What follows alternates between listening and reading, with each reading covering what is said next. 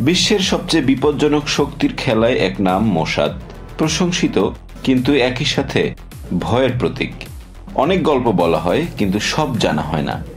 আজ সেই গল্পই বলবো যেটা মোসাদ কখনো প্রকাশ করতে চায় না। 1949 সালে জন্ম নেয় মোসাদ, যার পূর্ণ নাম institute for intelligence and special operations. উদ্দেশ্য ছিল ইসরায়েলের নিরাপত্তা নিশ্চিত করা, কিন্তু খুব দ্রুত সেই নিরাপত্তা মিশনে যুক্ত হয় নির্মম শিকার, নিষ্ঠুর খুন এবং নীরব অভিযান। মোসাদের শপথ শত্রুদের পৃথিবীর যে কোনো কোণ থেকে খুঁজে বের করে নিশ্চিহ্ন করা। মোসাদ শুধু ইসরায়েলের নয়, এটি একটি বৈশ্বিক জাল। ইউরোপের স্লিপার সেল, আরব দেশগুলোতে ডাবল এজেন্ট, আফ্রিকায় গোপন নেটওয়ার্ক। মোসাদ সেনাবাহিনী দিয়ে যুদ্ধ করে না, তারা মানুষের মাধ্যমে যুদ্ধ করে। সাংবাদিক, রাজনৈতিক, ব্যবসায়ী, যারা অনেক সময় নিজেরাও জানে না তারা কোন খেলায় জড়িয়ে পড়েছে।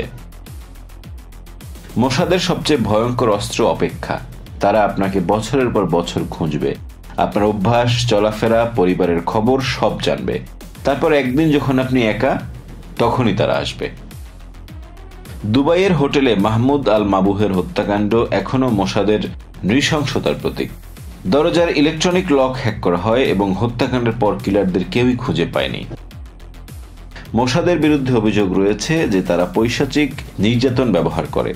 জল নির্যাতন, বৈদ্যুতিক শক, দীর্ঘ সময় ঘুম বঞ্চনা, এমনকি শেকিং নামক কৌশল, যা অনেক বন্দীর মস্তিষ্কের স্থায়ী ক্ষতি করেছে।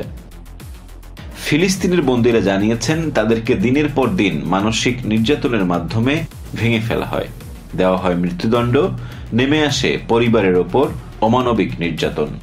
মোসাদের কাছে প্রথম যুদ্ধটা মনের ভেতরেই। মোসাদ শুধু খুন করে না, তারা ধোঁকাও দেয়। 1950-এ মিশরে মুসলিমদের ফাঁসাতে নিজেরাই বোমা ফাটিয়েছিল। 1972 সালে মিউনিক হত্যাকাণ্ডের প্রতিশোধ নিতে চালায় অপারেশন রথ অফ গড। কিন্তু সেই মিশনে ভুল মানুষও মরেছিল। ভুল টার্গেট, ভুল জায়গায়, ভুল সময়। মোসাদের ভুলের শিকার হয়েছে নিরপরাধরাও। আজ মোসাদের যুদ্ধের ময়দান প্রযুক্তির জগতে। সাইবার হামলা, মিডিয়া ম্যানিপুলেশন, পারমাণবিক কর্মসূচিতে অনুপ্রবেশ, সবই তাদের নিয়ন্ত্রণে। এমনকি এই মুহূর্তে আপনি হয়তো এমন একটি গল্প দেখছেন যা প্রকাশিত হোক, সেটি তারা চায় না। কেউ কেউ বলে জাতির রক্ষক, কেউ কেউ বলে রাষ্ট্রীয় সন্ত্রাস, কিন্তু মোসাদ সবসময় সেই সীমারেখায় চলে যেখানে আইন, নৈতিকতা আর বেঁচে থাকার লড়াই মিশে একাকার।